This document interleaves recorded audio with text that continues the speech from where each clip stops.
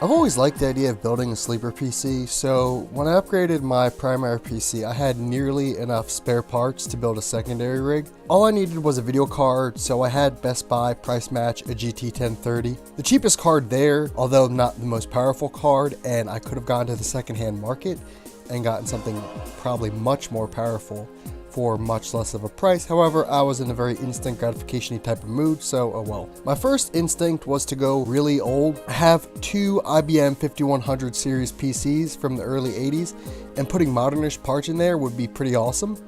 However, IBM built the thing to be friggin' indestructible, and I couldn't fit the board in there without some modifying of the case, and the case is made of something not of this world. So unfortunately, I wasn't able to modify the case at all, so instead I went for this Micron Millennia. Not the Millennium? From 1996 actually. Fortunately, these old PCs conform to the same form factors as today's parts, so it's pretty simple to get everything in there and sort of fitting.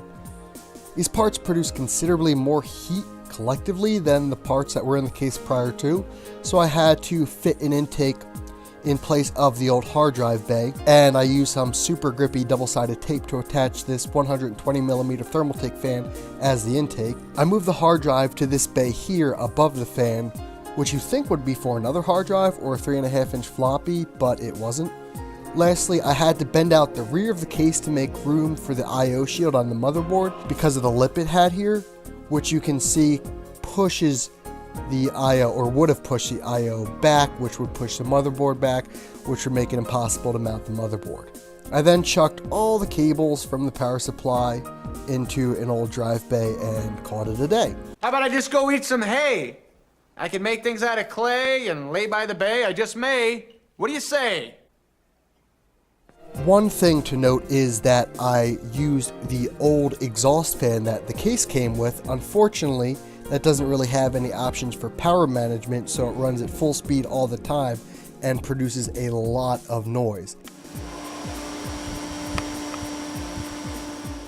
I just got a new fan in, which I will either put in during this video or put in at a later time, which does have a power management cable on there, so it will produce less heat unless it decides to run the fan at full speed.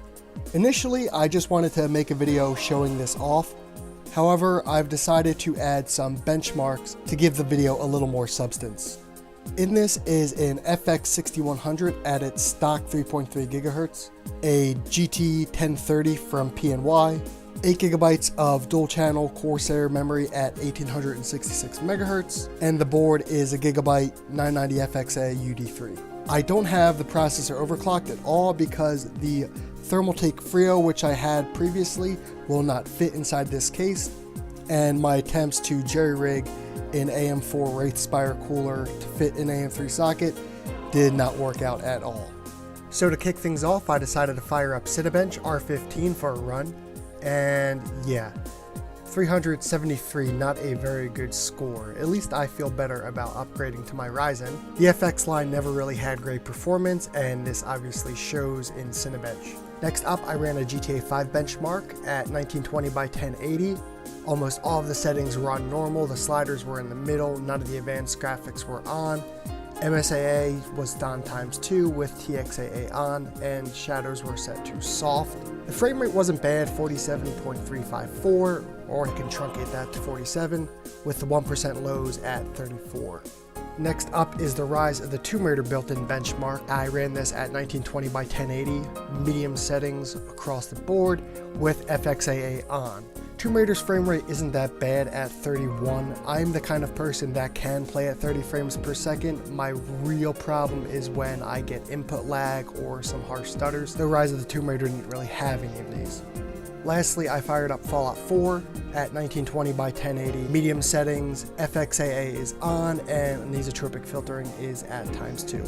I went from Koverga assembly plant all the way to Diamond City. It took about 5 minutes for the benchmark to run, and I got an average of 42 frames per second with 1% lows at 24.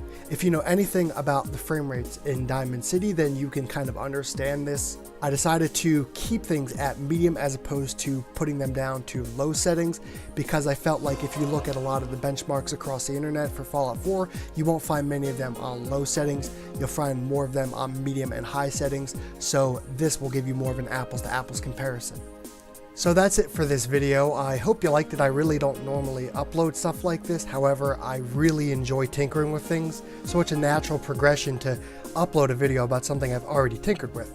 Anyway, like I said, thanks for watching.